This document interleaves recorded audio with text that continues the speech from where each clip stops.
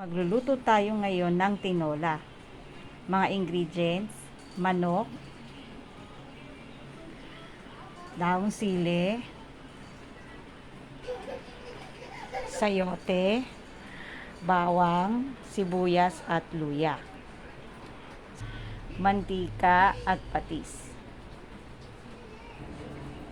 Simulan na natin ang pagluluto. Maglagay tayo ng mantika.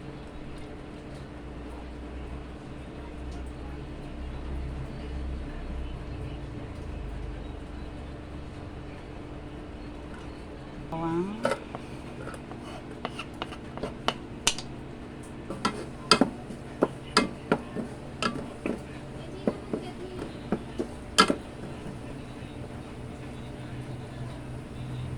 sibuyas,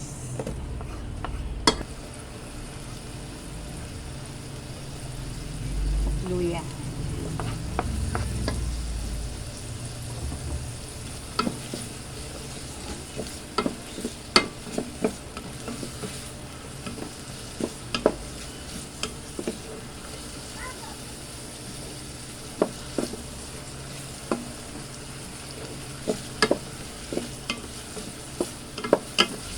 Ang manok.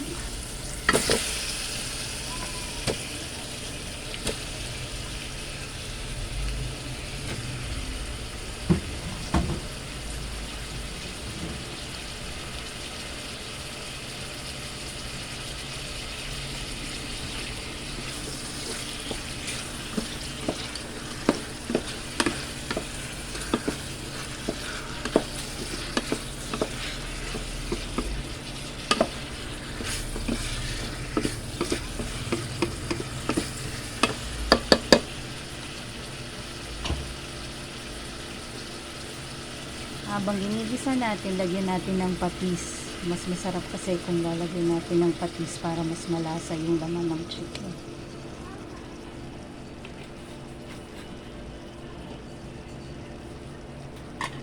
Takpan natin hanggang sa matuyo ang tubig. Buksan natin at tingnan kung tuyo na ang tubig ng manok. Haluin natin.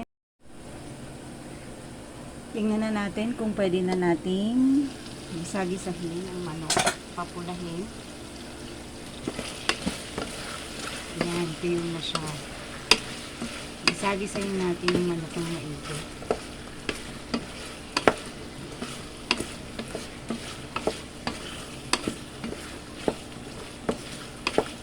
Masarap kasi pagka medyo mapula yung manok bago natin siya lagyan ng sabaw.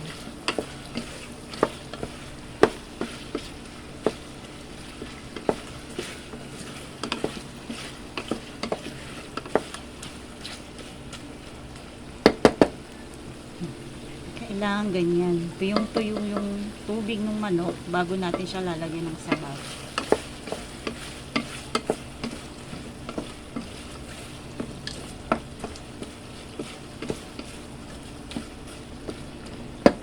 Ayan.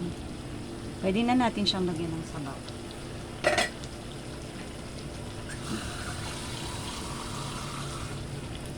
Lagyan natin ng tubig.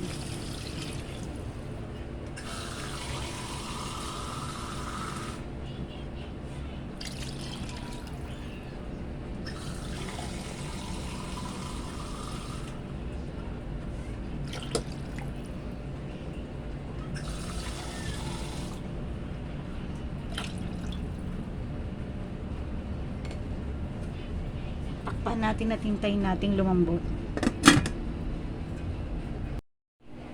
Lagyan natin ng timpla yung ating tinola.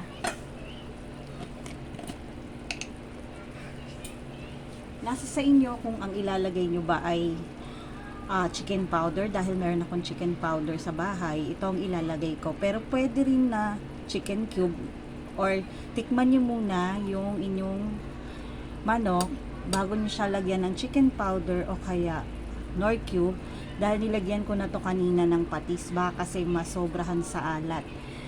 So lagyan natin siya. Tinikman ko na siya kanina, hindi siya ganun kaalat, so lalagyan ko siya ng chicken powder. Depende sa panlasa ninyo kung hanggang saan yung gusto nyong alat na timpla. Ayan. Takpan ulit natin siya.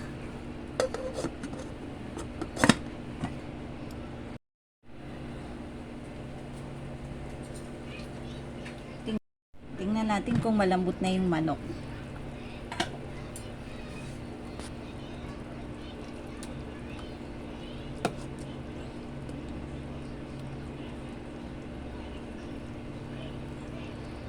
Ayan, dahil malambot na yung manok,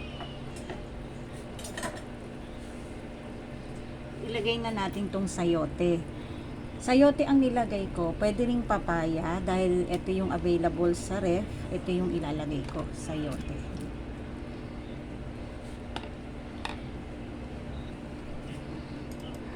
Pinapakuluan ko nga pala to ng 1.5 oras kasama yung pagsasangkot siya ko kanina, kasama yun sa oras ng pagpapakulo ng chicken. Takpan ulit natin para lumambot ang sayote.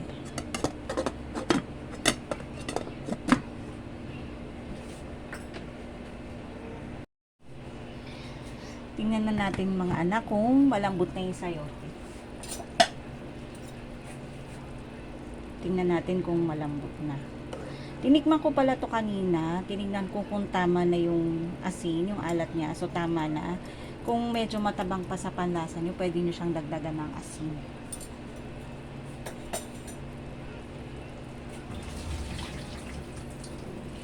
Dahil malambot na yung sayote, ilalagay na natin yung daon sili.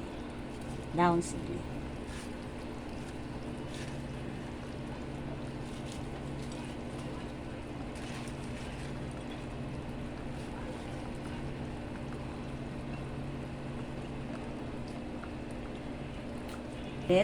Para maluto yung daon sili.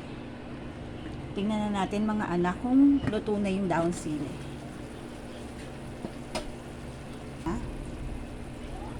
Ayan mga anak, pwede na ito. Kung gusto niyo pala ng simpleng recipe, madaling makita, madaling mahanap sa bahay, please follow and like ng Facebook page ko, Lutong Bahay ni Nanay. Maraming salamat sa lahat ng nanonood. Happy eating!